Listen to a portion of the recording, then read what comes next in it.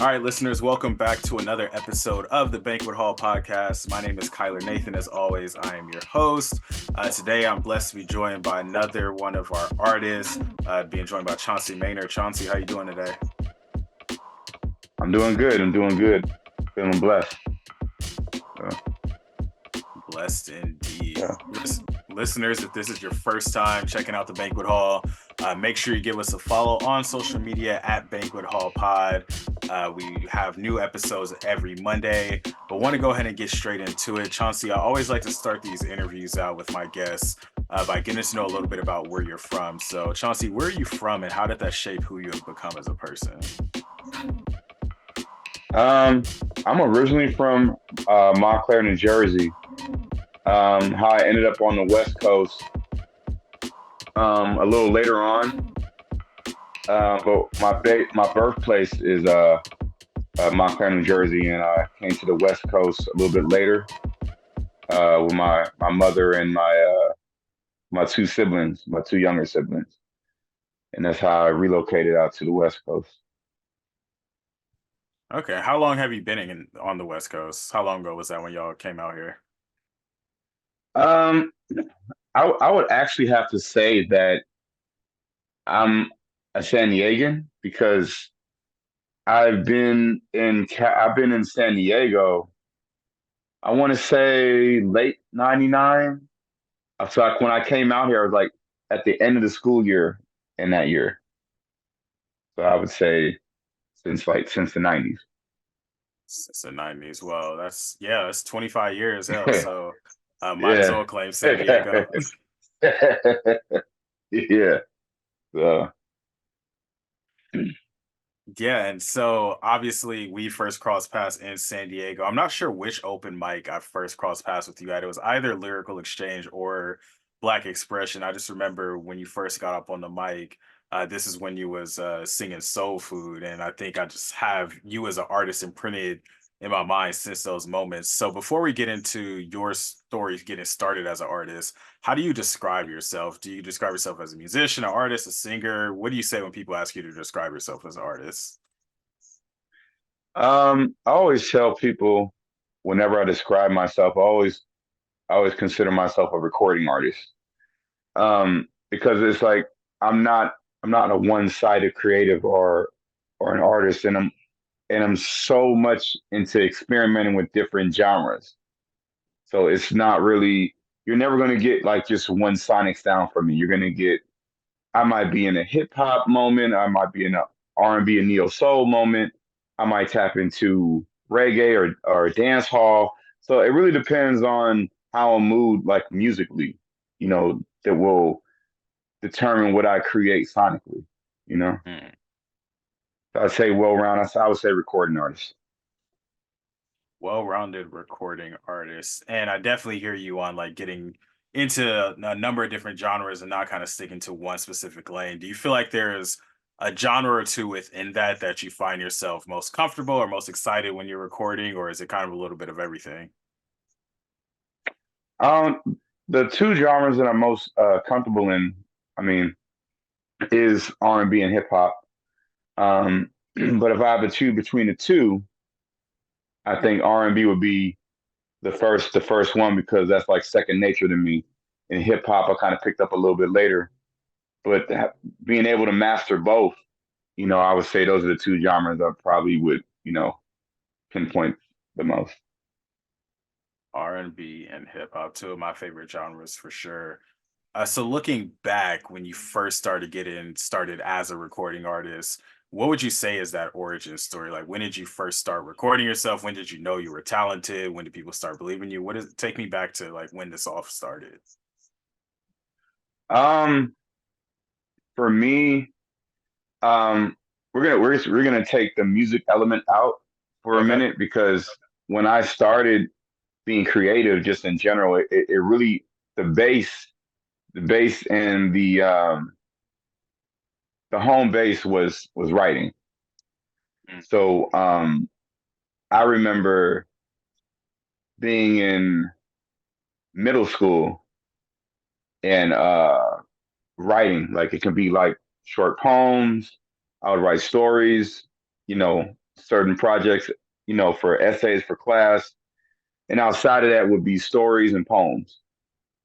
So that's kind of how I created the creative the creative start for for writing, which turned into songwriting. But yeah, I would have to say writing was the first base layout for me.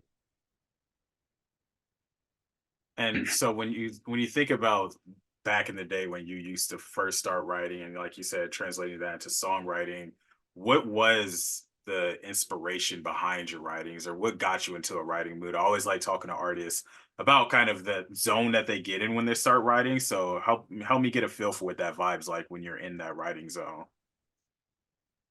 Um, it really depends because um, again, like it's kind of like some of it is some of it is geared toward some of it is based off of experience, obviously emotions, feelings, Hmm. or just things that you might witness or observe around you.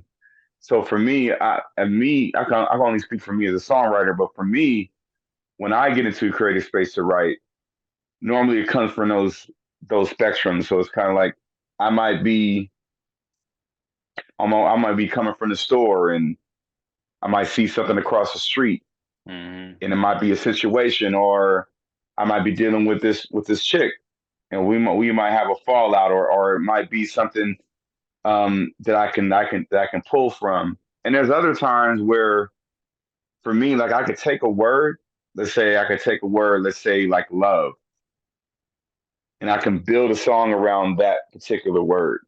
You know what I mean? It doesn't even have to be an experience or something I've been through. I could just take that particular word and be like, all right, how do I build a song around this word? Hmm. And how do I make it in a way that people can connect to it, where it's more so universal. So I would really have to say for me, it comes from experiences, emotions, and just things that I observed, or it might come from just mainly just picking a word and just kind of building off of that. I love that, and I think that's very indicative of why writing is so important to this whole process. Because even as a poet, like when you get a word in your head and you just start thinking of all the different ways you can branch off of that word, all the different things that word is related to, I definitely love the idea of building off of a word or off of these different emotions that you're feeling. And I know when you talked about your kind of beginning with this process, you said setting the music aside for a bit. Do you remember when you first started performing music in front of other people, whether it was open mic scenes or on stages? Do you remember those first performances?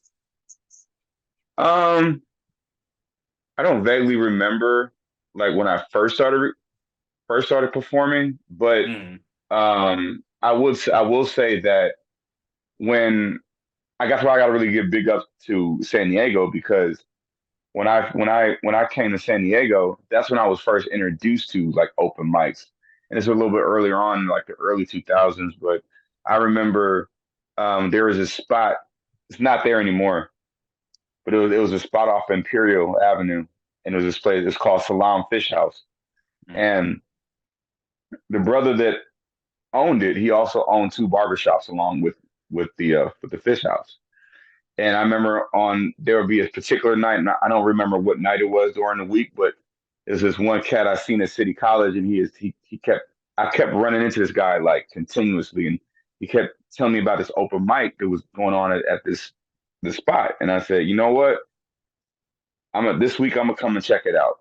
So I mm, went there and I checked it out, and it had like there was a bass player, a percussion player, and it had like a PA system where you can plug your at the time CD player, plug it up. And what I would do is I would just plug my CD player up to the amp, up to the PA system, and I would just sing with the mic over the tracks. And sometime I would join in with the percussionist and the bass player, and that was my first introduction to open mics. Period. And it wasn't mm. until I got to San Diego because before then I didn't really go to any open mics. Yeah, I definitely San Diego has introduced me to a lot of different open mics too. And It's crazy thinking back to a time when you had to plug in a CD player versus now people just pulling out their phone, Bluetoothing the song to the speaker. Like, I don't know. Sometimes I miss some of the nostalgia of like having to plug something in, but yeah, I love the open mic scene in San Diego for sure. And Yeah, when, it's go ahead. oh no, you go ahead and finish what you were going to say. I'm just saying that, yeah, no, I'm just agreeing with you that, San Diego has a very, um, like very big scene when it comes to like open mics, and that's not just musically. It's also, I think that San Diego is probably the biggest poetry scene from my experience Yeah. for living here, like in the world. I mean, I'm not saying the world, but for me, it's like to me, it feels like the world because I haven't really been anywhere else, any other mics or any other cities. So for me, I just feel like the music scene and the poetry scene is kind of like hand in hand because it's like they're both word word bread. I mean, they're both word driven, so it's like, and it's Mhm. creativity involved in it. So they both play hand in hand. Absolutely. And when you think of some of the performances that you have in San Diego and thinking about the music that you've put out to date, what do you hope that people get out of your music or what they get out of songs that you're creating? Obviously, it depends on the song, but what type of connection are you hoping to make with people as an artist when they think of you as a recording artist? Um, you know, I think it's a give or take. I think that my sole purpose of creating music is obviously to connect with people, but I don't know really for sure what they'll take from it, but I Mm, hope that they take something that's innovating. I hope they take something that's inspiring and motivating, because that's what my music is built around. I always try to instill that in my music, no matter if it's storytelling or it's just very direct. But every aspect is always those three components. It's innovation, motivation, inspiration.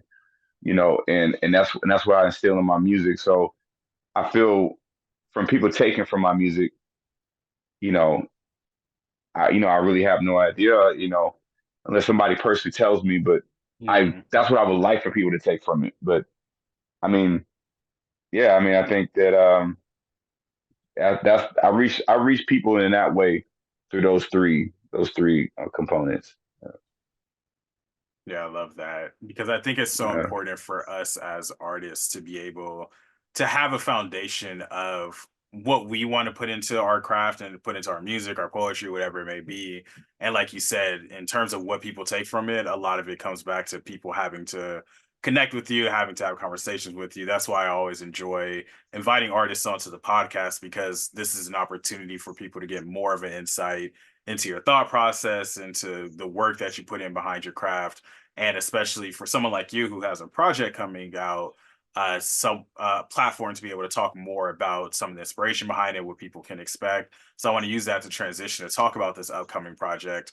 What can you tell us about it? What's it called? When does it come out? What can you tell us about this upcoming project? this project is entitled Flowers, and the reason why I called it Flowers is because it's my way of giving myself my own flowers. Mm, Especially as long as I've been doing this. I've been doing this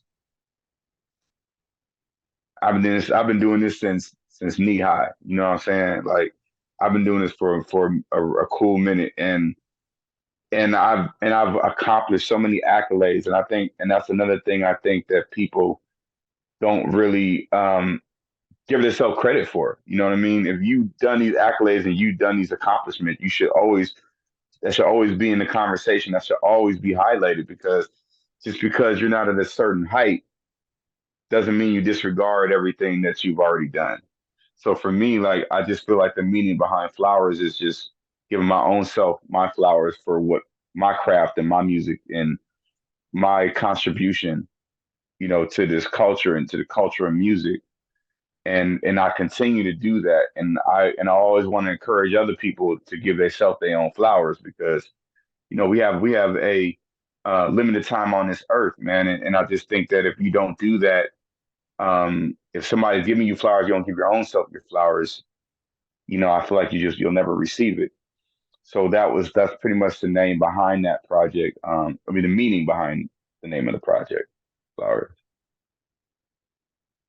Hours. I love that as a concept and as a name because you're right. We have limited time on this planet, and as artists trying to put our stamp on the timeline and putting our message out there and showcase all the work that we build up to get out there, I think it is, like you said, it is important to give ourselves flowers. And I think a lot of times, sometimes, or a lot of times, people fear coming off as cocky if they're trying to give them own self flowers, but we have to have that self affirmation.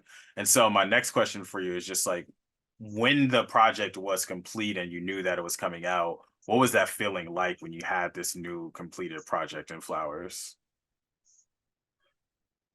Man, it was such a journey writing this project, and all the records were written at different points, different periods. You know,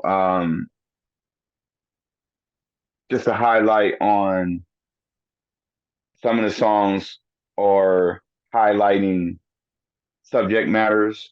Like for example, um, the first single that I released, you know, which is going to be on this project, Blessings. It was Blessing was just giving a walkthrough of everything in my life and kind of just being out in the open about it. You know what I mean? Not being unapologetic, not caring what anybody thinks what I say in these rhymes. Cause I'm really just honestly speaking my truth. Um, and it's just each song tells its own story. And I try to make that formula all the way through the project, where it just flows.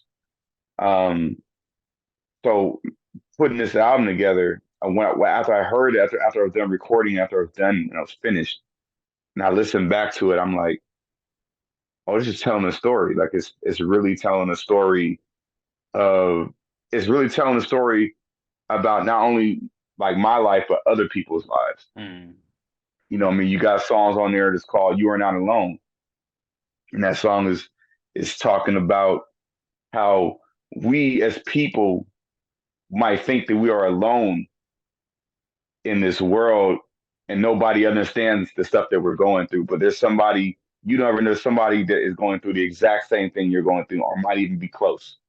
So you can't execute yourself out and make yourself like an outsider, feeling like nobody cares because there's somebody out there that actually truly cares what you're going through. That's such a deep record. And then there's another one called Best You Can. It's basically saying that that's all we can do in this life is do the best that we can in life, bro. We the bills keep coming, the responsibilities keep coming, the the obstacles keep coming, but you still got to continue to do the best that we can in life. So just those two records, kind of like set the mood for like that project, as well as the rest of the records. mm. There's only 7 songs, so it's kind of like it's not an album. It's just kind of like just a little bit of something for people to hear and connect to and take what they take from it. You know what I mean? Absolutely. And even though it is only 7 songs, I think it's always, I take it upon myself to always give artists flowers for however many songs that you put out, because that's 7 songs that took a lot of work, a lot of editing, a lot of writing. So definitely shout out to you for putting this project together. When does it come out? Um, it comes out on April 30th. Yeah, it comes out April 30th. That is the same day of the San Diego Music Awards. We'll get into that, um, which I'm also nominated for, and that's like this is the third nomination, and it's like it's a blessing, bro. Like I mean, being nominated once is like that's like crazy too. So to be nominated 3 times is like, man, like that's complete affirmation that you're on the right path, bro. Like of one day getting that win, going on that stage, having your acceptance speech, you know what I mean, and really just enjoying the fruits of your labor for all the hard work you put in. So that's how I look at it. I don't look at it as a disappointment. Or, oh man, I didn't win this year, or I didn't win that year. It's like it's a blessing to attend. So No, it's a blessing for real. And I just pulled up the award nominees for San Diego Music Awards. Chauncey Maynor, "Life Is Good" album nominated for Best R&B, Funk, or Soul album. And I love the perspective that you have, and that regardless if you win or not, it's just a blessing to be nominated in general, because there's so many people out here who maybe they write music and record it and don't put it out, people who put out music and don't promote their music. So for someone to take the time to tell your story in this way, put it out there, and have it be recognized as a multi nominations, like that has to be huge. So, what was that moment like when you found out that you're going up for this nomination for another time? well, I mean, it's a funny story because this nomination didn't exist until 2021. Mm, So this award show has been going on for past 30 years, and it never had an R&B funk soul album that are just a category that just was clearly for like R&B. So when 2021 came around, it was a brand new category, and this was a category. It was me, Brescia Lauren, and Khalil Nash. We were nominated in that year. And when I seen them in the category with me, I was like, man, this is it. You know what I mean? Like, and I wasn't even mad because because Khalil Nash ended up winning that year, and I was happy because I was like, yeah, it's somebody of first of all, it's somebody in the R&B category and somebody of color that's taking home this win. So I couldn't really be mad. Like I was like, there's a lot of wins in this situation. So yeah, man. I mean, um, I was shocked.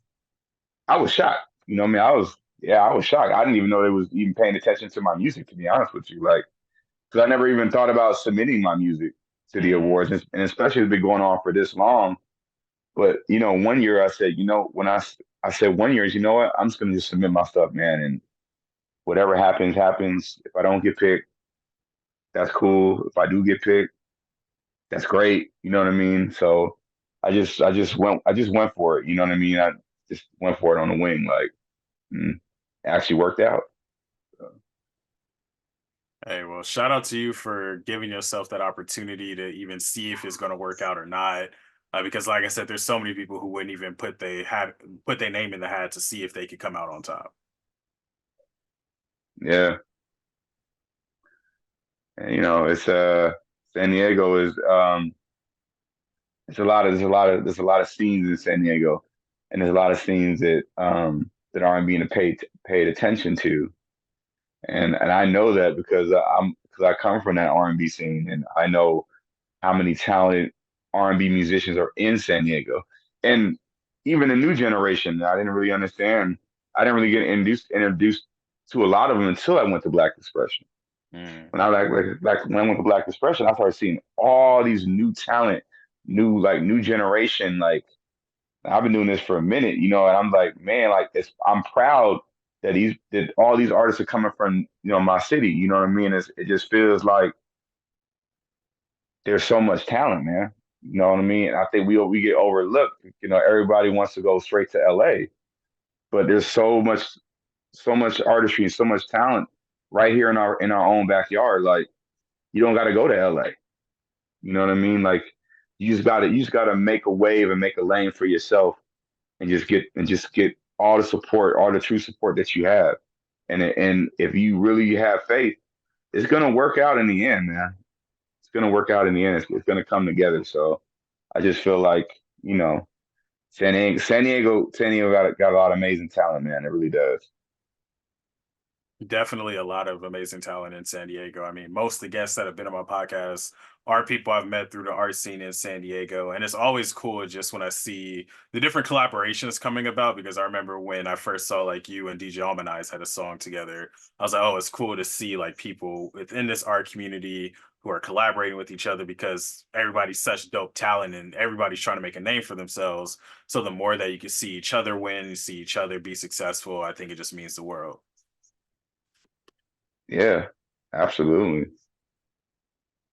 And so thinking through the fact that you have this new album or this new EP coming out, this new project coming out, you're being nominated for this award. Obviously, you're a really talented artist, and there's a lot of really talented artists out there. Why should someone give your project a listen with all the different music out there? What would be your elevator pitch to why someone should tap in with Flowers? I feel like you should tap in with this project because it's going to give you something.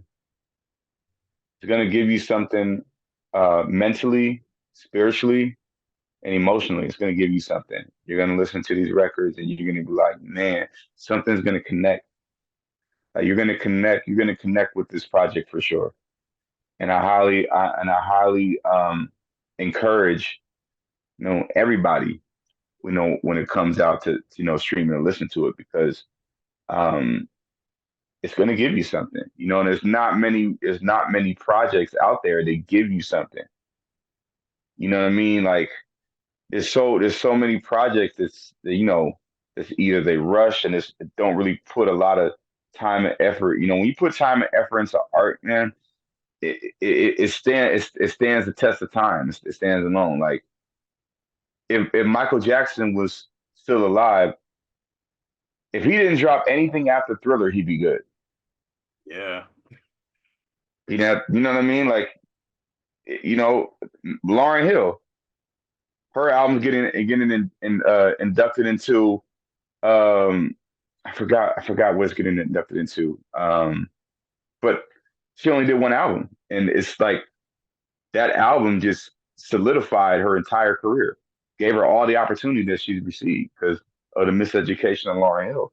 And so, you know, I think people should take from my album. They're gonna be able to take something from it for sure. I love that. April 30th, a couple weeks after this episode drops. So make sure after y'all finish listening to this episode, that y'all prepare. Yeah, one, do your homework. Listen to more of Chauncey's music that's out there before this project even drop. That way you're even more excited when it drops on April 30th. And I always encourage people, make sure that y'all don't just listen, but share the project too. Make sure that it gets to other listeners, because the best way that you can find out about artists is somebody recommend them to you. So make sure y'all recommending, sharing, reposting, liking, all that for the new album Flowers. For sure. I appreciate it, man. A lot of people everywhere I go, bro, like soul food is kind of like the stamp. Like people be like, man, you gonna do that soul food, man? Collard greens, cornbread. I got so many other songs to perform, man. Like, man, but that's one of that's one of those ones right there. Like, you got to do that one for sure. And I'm like, all right, I got some other songs too. You know what I mean? I want you to check out. You know what I mean? But I'm gonna do that song. You know what I mean? You know, but hey, man, what the people like is what the people like, and I love that because that means people are paying attention. They're paying attention to the artistry. They're paying attention to the music, and that makes me feel good as a creator because when you go somewhere and people are singing that song, it's like, yo, that's connecting, yo. That's ultimately connecting with the people, and yeah, man, it's just one of those ones, you know. Yeah, I like soul food is for sure stamped. Like, and you saying that makes me think back to those nights at Black Expression where we'll call you up on the mic going next. And the moment you say you're not doing soul food, people grinding like, oh, we want to hear soul food. And like you say, like, man, he got other music. He can't always come and give y'all exactly what you want. But soul food for sure is certified. And the good thing is I know that more certified hits are coming your way, because you're just a talented artist. And like you said, when you put time and intention into the craft, you're going to always be able to put out and produce good content because you stay true to who you are. Yeah, absolutely, man. Um, and yeah, man. I mean, going to all these open mics, you know, to Black Expression, so many others, man. Like, and it's Neo Soul Tuesdays. Like, there's so many places that I've been over the years and got to run into and I got to work with a lot of these artists. I got to work with the Alphas, the Phoebes, the Mickey Vales, the DJ Almanize, the Lou Salems. So it's kind of like, what I mean? It's like you and these people, the people that are open to work with you are people that respect the craft and respect what you do with your artistry and as a person. They wouldn't collaborate with you if it wasn't any otherwise. That's the respect factor that you get from your peers. If you're reaching out and you're like, hey, I got a song I want to collaborate with you on, and I think it'd be a really great collaboration. And I'm like, hey, let's do it. No Mhm. hesitation. That means they got respect for you, and they respect your pen, they respect what you do, and that's really all you need, man. You know what I mean? Even if you guys only do one collaboration, it's one for the books. You know what I'm saying? So, um, yeah, man, I definitely have a lot of music. Um, Not just this project, but I got some other stuff I'm cooking up. I'm also going to be putting together a documentary of myself. Oh wow. That's something that's also going to be in the works. A lot of behind the scenes footage from studios and performances and interviews, and it's really just kind of I was really trying to combine, align everything. So it might take a while, but probably like maybe like next year I'll probably be putting out a documentary. Hey, So I look that's forward something. to it. Yeah, because it's never That's too late, man. I mean, people think that you should do a documentary when you're famous. Like, no, you can do a documentary anytime you want. Like, you know what I mean? Like, because when you get to that status, VH1 and all, they're gonna take care of all that. But if you have one that you did a documentary that's dear to your heart, like yo, this is from the mud. Like this is when the beginning, like all this stuff is like from the beginning, and that would matter. You know what I mean? So you don't have to wait till you're famous you know, to give yourself flowers and do a documentary and showcase your struggles, your upbringings, or whatever the case may be, with whatever is entailed in that. But yeah, I just feel like I just want to do it. So is what it is. Hey, that's really inspirational, and I couldn't agree more. Which is part of the reason why I designed this podcast the way I did, because I'm like, why should I have to wait until all of the artists I know are fully at their full form to interview them on a podcast? Like, I want to know the stories that you have today just as much as I want to know those stories 10 years from now. Because when you listen to these celebrities do these interviews, a lot of times they're talking about the stories from when they first was getting started, or those open mic nights, or those late nights putting out their first project. And I think the more that we can see, hear, and experience these stories earlier on, the better we can support our artists in our community, because we're showing them support prior to them, quote unquote, making it. Yeah, yeah. I mean, and you just gotta stay consistent, man, and consistent, with your craft, and people will continue to pay attention to it, man. I mean, that's just how this industry and entertainment works. It's a weird world, you know. I come from the old school, so it's different for me because like I was surprised when they created MySpace, bro. I was like, oh man, this is great. You know what I mean? And then all these other ones start popping up. And I'm like, oh man, this is a lot, man. I just thought I could get a hang. I'm still trying to get a hang of MySpace, and boop, Facebook comes out, boop, Vine comes out, boop, and Twitter. I'm like, yeah, man, yeah. So, I've been blessed in that form to experience, all the back in the day stuff. There's a way of communicating and the way of getting your craft out there. It was out in the street selling your CDs at the swap meets and the stores and you know what I mean out the trunk. Like those are nostalgic. Those are the times where you're grateful to experience because you'll never get that time frame again. And these people, then some new generation, they appreciate it because they know it, and there's some that will never ever experience it. They don't even know what it is. So it's kind of like when you say something, yeah, I was selling CDs. They're like, what? What's a CD You was for? doing what? Yeah, like Okay. I was just talking to another artist on the pod. She was saying that she still makes mixtapes on like cassette tapes just because she likes that tangibility. And like this new generation, like they don't know nothing about burning a CD and having the CD case in the car, going through the different No, I CDs don't that you're know. working with. I do not. Uh, Yeah, times but have changed for sure.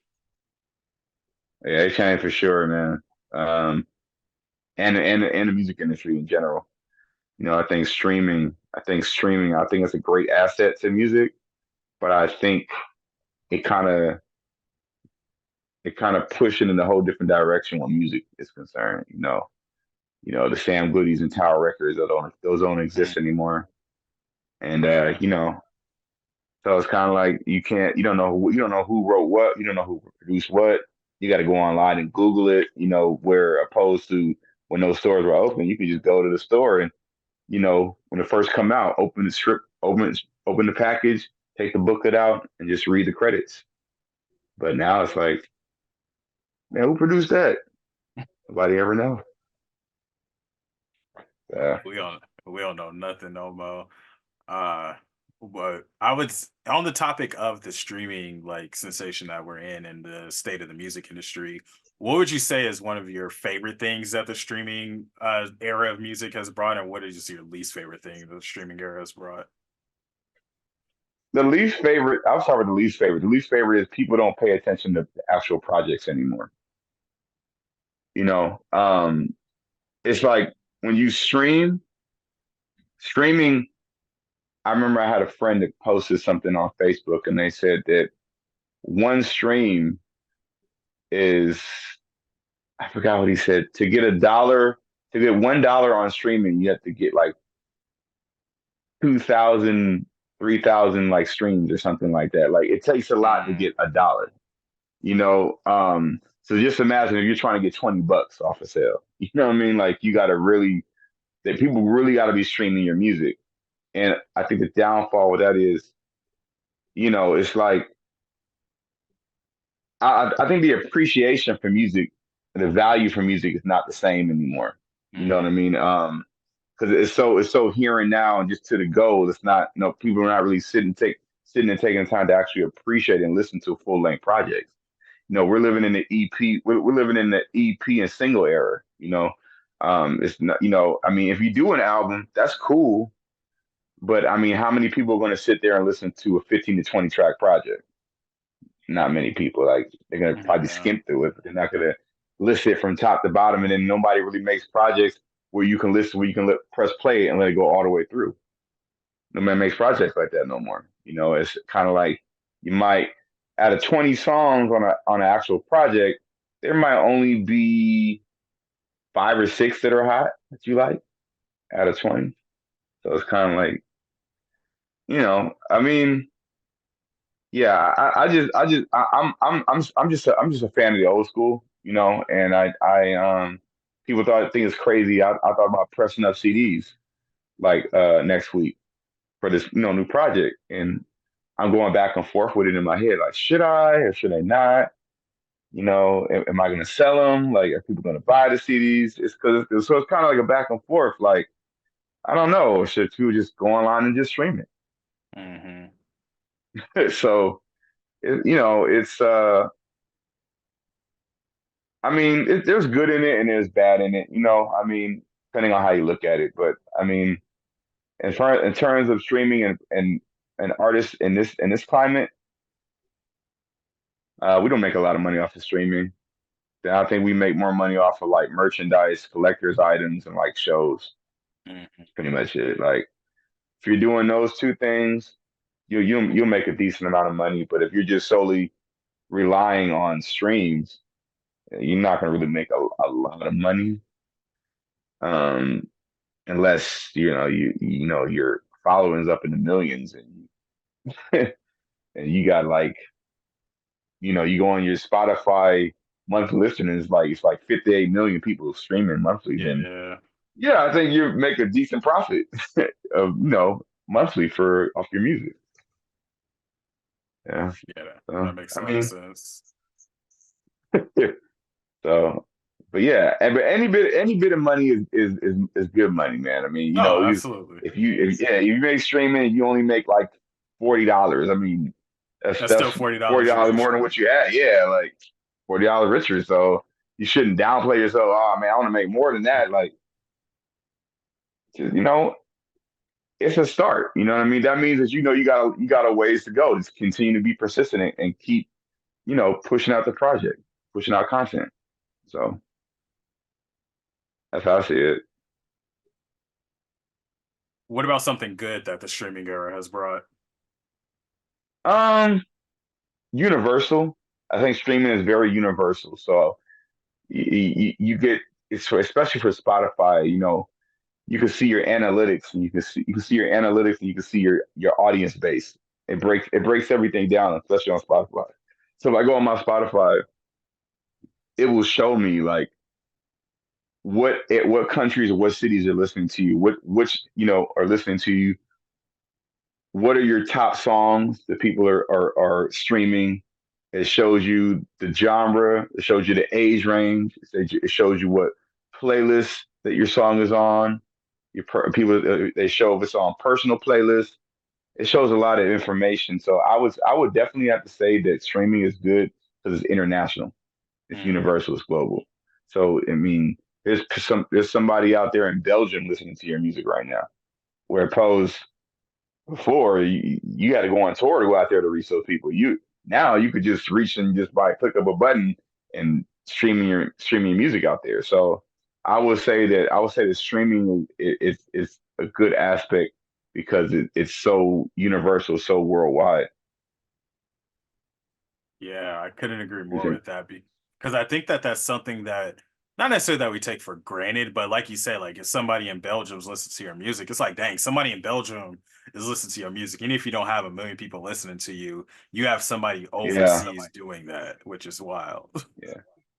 Cause yeah, I looked at my analytics like a while back, and I was like, I think it was Germany. I think it was like 24 people in Germany streaming me in Germany at the time. So I So mean, you can't say only 20, it's only 24 people. Bro, like that's good. Like it's bad if it says zero. That means you got work to mhm. do. Like, but if you got 24 people listening to you and in Germany, that's I think that's pretty good. You know what I mean? For me, I'm satisfied with that. Everybody's different, so I can't really speak on everybody else, but if somebody in a different country is listening to me and I can see that they are, I'm like, oh, that's awesome, you know. Yeah, that is awesome. So I'm gonna take this moment to shout out our less than 1% of listeners in Brazil and Germany, because I know I got some listeners somewhere out there in Japan too, according to the Spotify analytics. So shout out to y'all listening to this episode. Yeah. But No. want to go ahead and get to the tail end of the podcast, ask you some questions I ask everybody just to make sure that listeners leave this episode with a full picture of who you are as a person. First things first, it's kind of like a mental health corner because I think that obviously we're all searching for ways to bring a more peaceful state of mind to our lives. So, my question for you, Chauncey, what is your Zen place? Either a physical place or just a set of circumstances you like to create to bring yourself to a peaceful state of mind? Hmm. I actually have two, actually. The first one is the beach. I love going to the beach, especially at night. I like going to the beach in the evening with less people.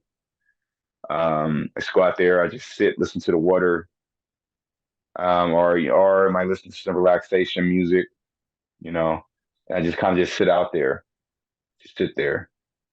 And the other place is a staycation, you know. Mm. You can go to, get you a room for a night somewhere, just chill, just you in your own element, just by yourself, and just really just sit there and and just take a chance to just breathe. I think every day that we live, man, it's like it's always a give and go. It's up and go. It's up and go. Depending on everybody's life is busy, and I mean everybody's life is different. You can tell the capacity and how busy it is, but we all go through stuff, and that stuff can really mess with us, weekly.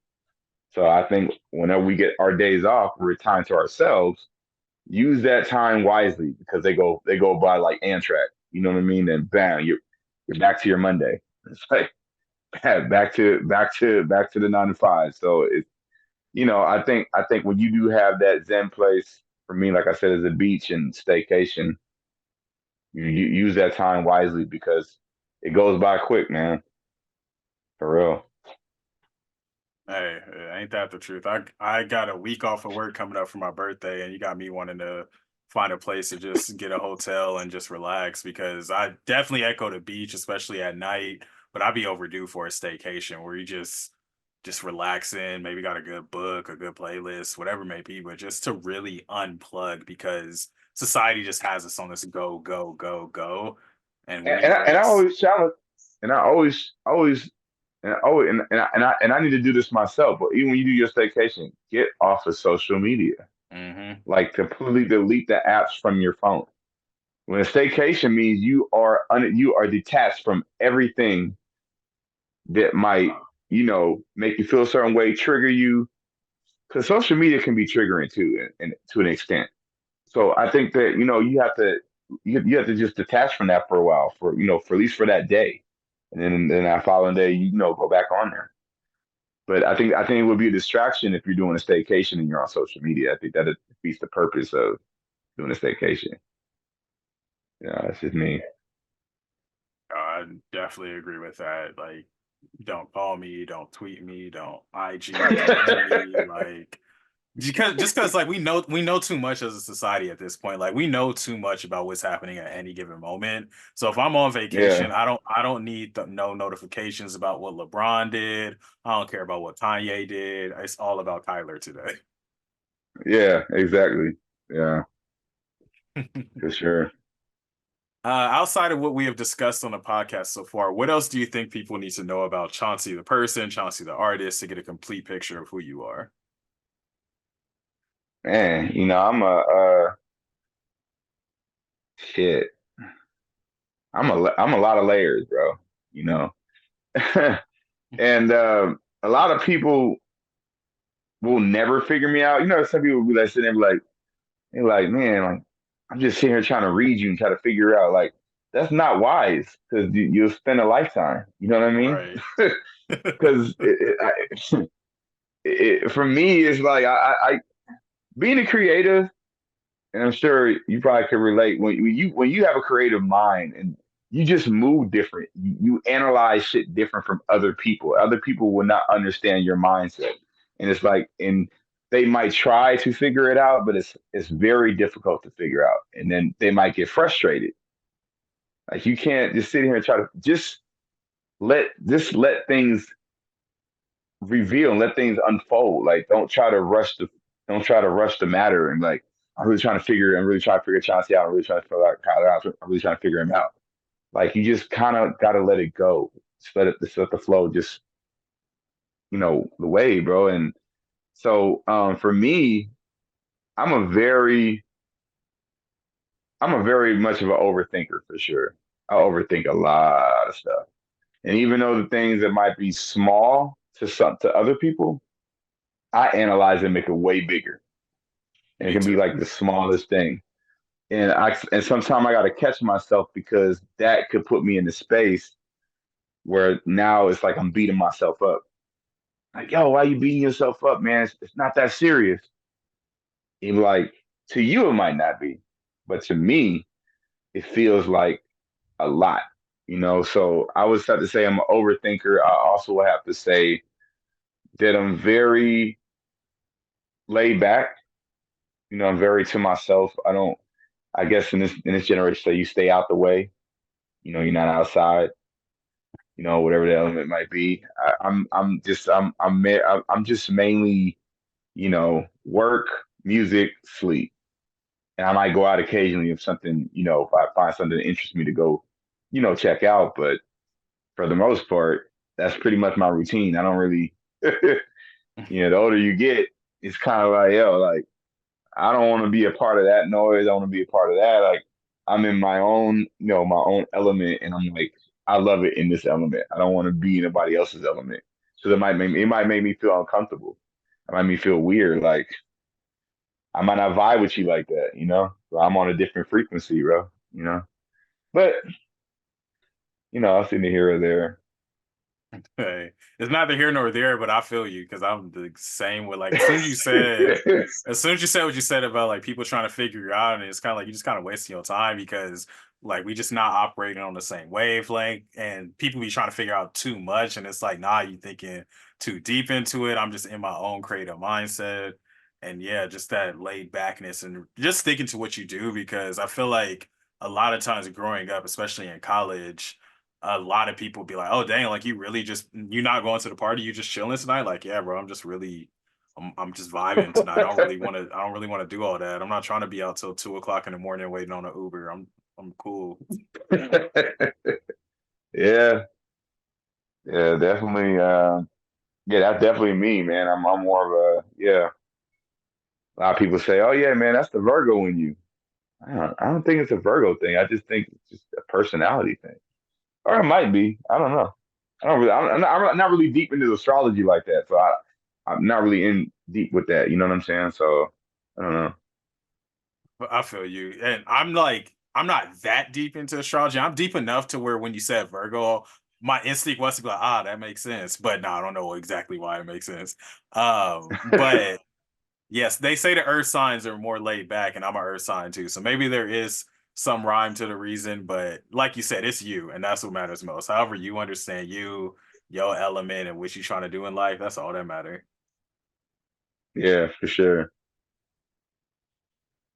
How about where can people find you online and how can people support you? Obviously, with flowers coming out on April 30th, want to make sure how folks know where they can find you and where they can find the project when it releases. Um, at this point, it makes me wonder why I don't have a website. Um, people can follow me on Instagram.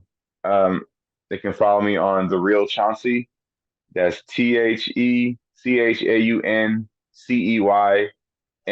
real Chauncey, all one word. Real Chauncey. That's where you see all the updates, anything I got going on with my music, performances, anything, etc. That's what I have for now. You know, I do plan on getting a website at some point where it's a lot more neutral. Like, hey, go to ChaunceyMaynor.com. You know what I mean? Like it's just seems a lot more easier than selling, yo, just go to yo, you can go to my SoundCloud here, you can go to my Twitter. But that's a lot of avenues, man. You got just one like main place that I can go check out everything. So I think that I think I'm gonna work on getting me a website at some point. Yeah, Yeah, for man. sure. I definitely think the website as a singular landing place is beneficial for a lot of people to have. And take it for somebody who just recently got my own website. I'm building it as I go, but I want to make sure I secured that domain. So maybe just make it a goal to get chaunceymaynor.com or whatever you want the website to be called, secure that and then build it up as you go. Yeah, for sure. Yeah, definitely. Besides flowers coming out on the 30th, any more shameless plugs, shout outs, anything else you want to manifest on the podcast? Um, I do have some things in the works. Me and two other artists, we have this collective called Soul Movement Family, Soul Movement Crew, Soul Movement Family, and we have a project that we're planning to release this year. We don't have a release date or when it's going to roll out or nothing like that. But it's a pure R&B project. You know, I dibble and dabble in hip hop and R&B, so this is like a solid R&B project. So it's kind of like it's like on that LSG TGT type vibe. You know what I Mhm. mean? So it's straight pure R&B. We all three of us co-wrote. We co-wrote on the project. Um, and it's when I learned it's like it's so much better when you co-write songs with people because you're not responsible for a whole record. Like, Mm. yo, just take care of the chorus and boom, boom, knock the chorus, knock it out. That's your contribution to the record. When you're writing a whole entire song to by yourself, takes a little longer, you know. But yeah, that's coming out. I don't have a particular release date or release date for that, but yeah, just that, and then the awards coming up. The album dropping on 30th. Uh, yeah, and I can think of at this point. That's pretty much it, really. Awesome. Well, listeners, definitely make sure y'all are on the lookout for that. And then, final two questions of the podcast. First things first. Who are some people who inspire you and/or influence you? And this can either be sonically, musically, or just people who inspire you and influence you in your day-to-day life. Um, well, I'm gonna take two aspects. Like for one, musically, for music and not music. Musically, it would have to be Stevie Wonder. Hmm. That's when I first got introduced to. That's when I really was like, I want to do this. I want to do music for real, for real. When I was introduced to Stevie Wonder as a kid, in the Key of Life is my favorite album from Stevie Wonder, classic. And non-music is I remember earlier in the interview I told you about the gentleman that owned this fish house on Imperial, Brother Carl. Hmm. He was also um, an influence to me because he was just a person that looking at a black man own his own business and for it to have that longevity as long as it had was inspirational to me because it's like damn like that made me feel like yo I could I that's the mindset that I want to be in. That's ownership. You know what I mean? Like we don't really have a lot of ownership in anything, to be honest.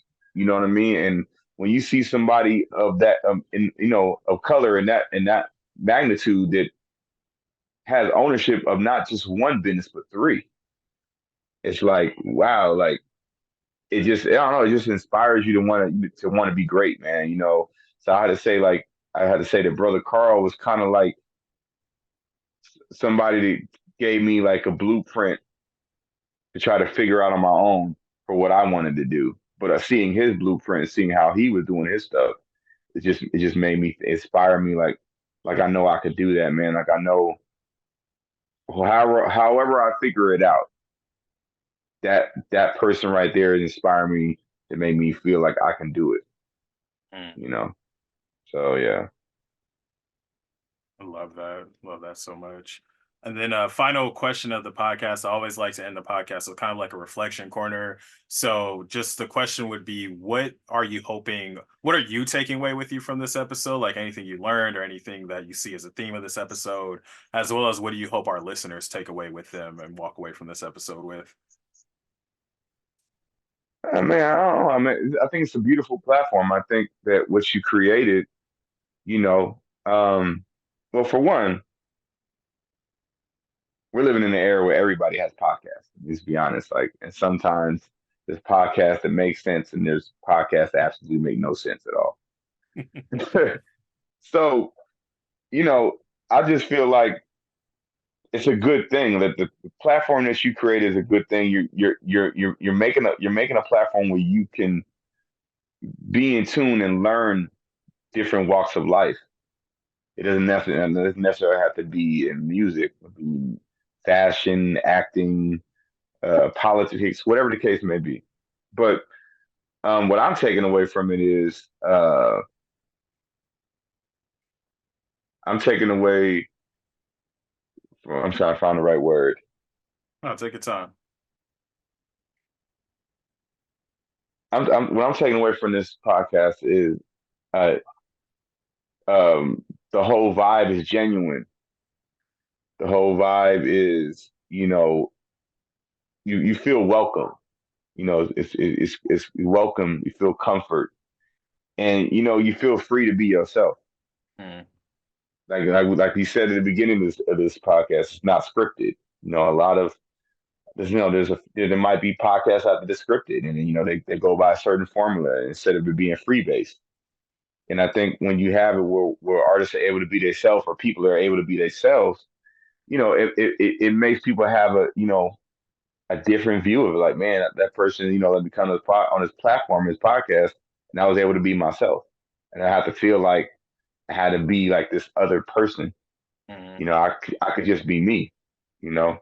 Um, and when you have that type of comfort, or type of environment on a platform, man, it's nothing but up here. It's only it's going up from here. You know what I mean? It's not. It's nice to see. It's nice to see like African Americans. I mean, just even black men, bro. Like that's another thing. Like other black men complimenting other black men is so uncommon mm, in this day and age. If you compliment another black man, if they're complimenting each other, it's like, it's almost like, yo, why you doing that? You're like, why not? I mean, I want to see this person win. yeah. I'm not jealous. I'm not feeling some type of way because he got success, bro. Like, if anything, that should encourage me to be like, yo, like, I can do that too. But again, it all starts with the mindset. If you have a particular mindset, then that's the mindset that you're stuck in. And you need to expand, you need to grow. And some people are afraid of growth. Some people are afraid to excel and to evolve. So I mean, I just, I think it's beautiful because, you know, you're not making your podcast to a general like population, or it's like if whoever reached out to you, or you might be a fan of somebody, you might reach out to them to do the podcast, whatever, however which way it goes. It's always, I feel like it's a genuine, Mm. like, it's a genuine exchange. So I don't know. That's what I take from it. Hey, I sincerely appreciate that. Definitely feel seen. Yeah, I literally you took the words out of my brain for when I designed the podcast. I'm really just trying to bring stories to the light and help share people's stories because I want us all to make it. My perfect world in this podcast is this podcast blows up and everybody that's been on the podcast goes up with it. Like I want like those that those people that are following the podcast, engage with the podcast. I want people to come in to hear your story, then stick around and maybe they tune into Phoebe's episode. Maybe they tune into DJ Almanai's episode just to really see like there's a lot of great talent and a lot of great creativity out there. Well, I'll definitely And tune in if you get somebody. Well, if I'm familiar with somebody, I mean, I've tuned into. I've seen the episodes like on the Instagram, and I tuned in on a couple of them when you were. Yeah, I've seen a couple of the videos posted, but I didn't really know the people. But yeah, I think I probably could. I think if I seen like if DJ Almanai like he's about to interview DJ Almanai, I'm like, oh yeah, I'm definitely gonna tune in for that because I personally know that person. You know what I mean? Like yeah, it's not like, or even if I didn't personally know her, like I'm just familiar with her. You know? yeah, absolutely. Absolutely. And I But think go ahead. but I mean, and then that might encourage me to tune into people that I might necessarily not know. You know? So Yeah, that's the goal. never And know. I think that ties into kind of my takeaways from this episode because you mentioned the theme of your project flowers and giving yourself flowers. I think that that's such an important lesson for people to take with them is that more than okay, and you should encourage yourself to give yourself affirmation, to give yourself flowers, because of all the work that we put into being the people that we are. We need to make sure we take the time to affirm that, because I think that in the society we live in, it's all about getting to the next check, getting to the next bag, getting to the next this, getting to the next that, and we don't really take the time to sit back and reflect on that journey. So definitely looking forward to flowers, looking forward to our listeners tapping in with flowers. And also just want to thank you for taking the time out of your busy week to be on the platform and to be on the Banquet Hall podcast. Chauncey, it's been a pleasure. Hey man, it's been a pleasure, man. I appreciate you having me on here, man. And if I have anything else going on, I definitely reach out to you, or if reach out to me, you know, even if it's like 6 months, 5 months down the line, something might change, something might be different with me, musically or anything. I definitely want to come back on here when I finalize the documentary for sure. Oh, absolutely. Once you finalize the documentary, maybe that'll be our in-person episode. We'll record that in person. We'll figure something out. We could turn into a whole event, documentary screening. Yeah, I definitely want to do something like that for sure, definitely, because it's a very very special project, man. I'm really gonna give a lot of information for people that don't know me, and they can hear, from hear stories, you hear from my mom and hear from like people that they were from this they were in this journey from the beginning, Mm. and they could tell you word for word, like, what they seen, how they feel me as a person. So they've been around me like a lot of years. So it's yeah, it's gonna be pretty cool. Got some behind the scenes, and yeah, it's gonna be interesting. Awesome. Well, definitely want to thank you again, Chauncey. Listeners, thank y'all for tuning into this episode. Once again, if this is your first time engaging with the Banquet Hall, make sure you tap in with us on social media at Banquet Hall Pod, or you can head on over to thefourthkyler.com to check out some of the older episodes. Make sure y'all leave a 5-star rating. Make sure y'all tap in with Chauncey at The Real Chauncey M. Flowers coming your way on April 30th. But until then, we'll catch y'all next episode. All right, peace, blessing.